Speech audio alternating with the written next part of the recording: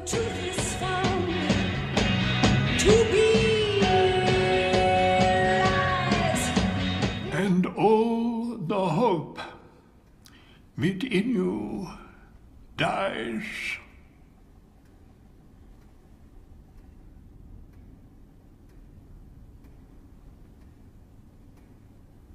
Then what? That's the question the movie A Serious Man asks. It's a question we've all asked at some point, right? We've all looked up to the sky and said, we may even occasionally have true detective levels of pessimistic thoughts. I think human consciousness was a tragic misstep in evolution. Okay, hopefully not that bad. But still, sometimes it becomes too much, and so we distract ourselves to forget. With mainly girls, boys, drugs, parties, nice cars, and alcohol.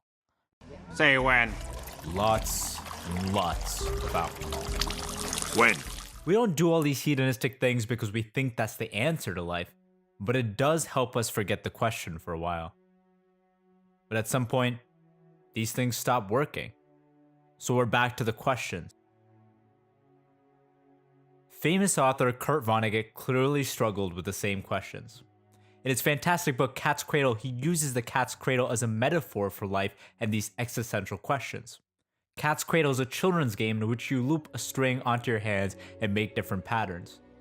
But why the hell is it called Cat's Cradle? Where's the cat? Where's the cradle? Similarly, life is confusing and messed up like a ball of string. It's hard to make heads or tails of it.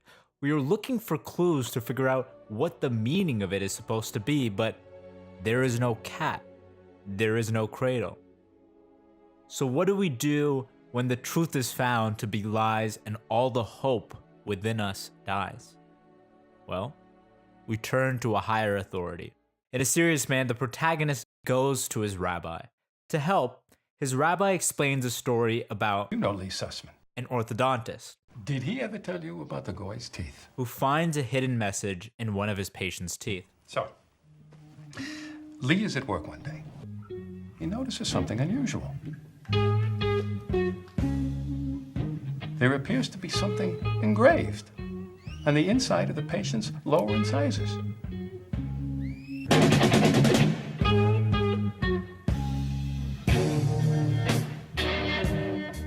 Hey Vav Shin Yud, Ayin Nun Yud, Hoshi Aini. Help me, save me. This orthodontist tries decoding the meaning in every single way, and he can't figure out what to do. What does it mean? How can he save this patient? Finally, at his wit's end, he goes to see The Rabbi Nachman. He comes in, he sits right where you're sitting right now. What does it mean, Rabbi? Is it a sign from Hashem? Help me? I, Sussman, should be doing something to help this guy. Doing what? The teeth don't say. Or maybe I'm supposed to help people generally, lead a more righteous life. Is the answer in Kabbalah and Torah? Or is there even a question? Tell me, Rabbi, what can such a sign mean? We are looking for some magical answer that will solve it all for us. We are desperate to know what it all means. So, what did you tell him? And we're always disappointed. Sussman? Because the answers are so unsatisfying. Nachman says, look, the teeth, we don't know. A sign from Hashem? Don't know. Helping others? Couldn't hurt. The higher authorities we turn to, well, they don't know the answers either. No, but who put it there? Was it for him, Sussman, or for whoever found it, or for just for? We can't was know it- everything. It sounds like you don't know anything. All they can tell you are lies. Vonnegut seems to agree. In Cat's Cradle, there's a fictional religion called Bokanism. The religion's Bible, the Books of Bokanon, begins with this. Don't be a fool. Close this book at once. It is nothing but lies. All of the true things I'm about to tell you are shameless lies. And yet, even though I know they're lies, it doesn't make the questions go away. I still feel them deep down. Why does he make us feel the questions if he's not going to give us any answers? He hasn't told me. So what do? I think the answer lies in a scene from The Life of Pi. Life of Pi is about a kid named Pi. He's moving to Canada with his family and zoo animals when his boat crashes. Pi barely escapes with his life by finding a lifeboat. He soon realizes that he's sharing the lifeboat with a hyena, a zebra, and a 400-pound Bengal tiger. He has crazy adventures at sea with these animals until he's finally found a full year later. I mean, it sounds like a pretty ridiculous story. But the author, Jan Martello, is aware of this. At the end, when Pi finally reaches civilization, a group of Japanese investigators straight up tell him that they don't believe his story. They wanted to find out why the ship sank. They didn't believe me either. We need a simpler story for our report.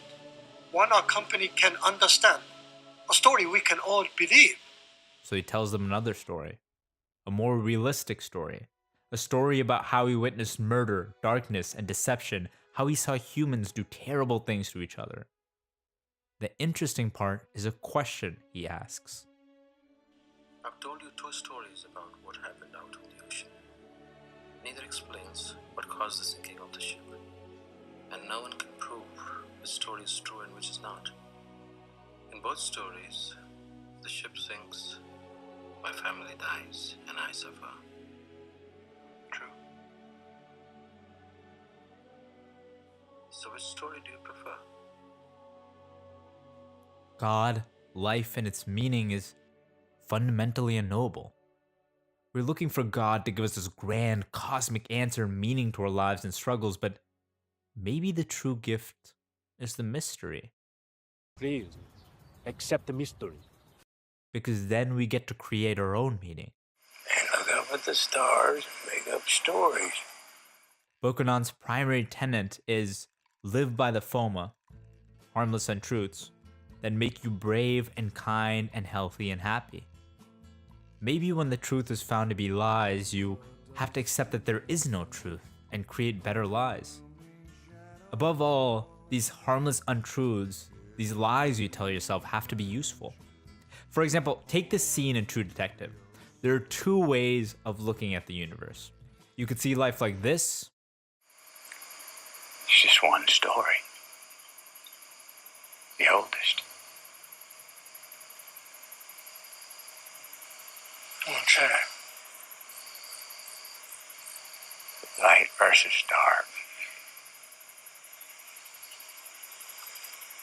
Well, I know we ain't in Alaska, but it appears to me that the dark has a lot more territory. Or like this.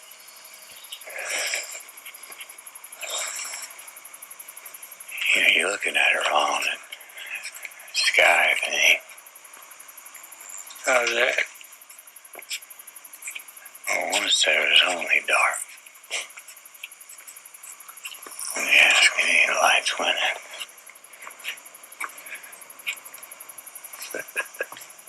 Which one is right? Which one is true? That's the wrong question. They're both right and both wrong, because in the end there is no truth. It's just how you look at it. Rather, you should ask, which one is more useful? This or this? When the truth is depressing and all your hope is lost, useful lies can give you the power to create a life that is still meaningful. And sometimes, when there is no truth, a lie can set you free.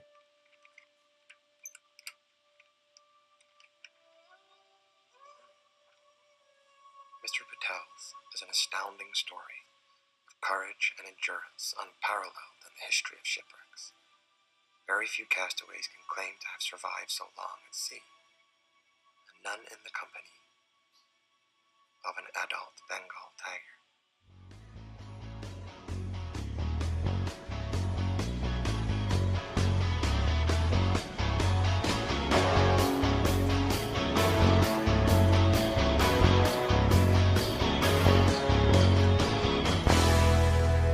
When the truth is found.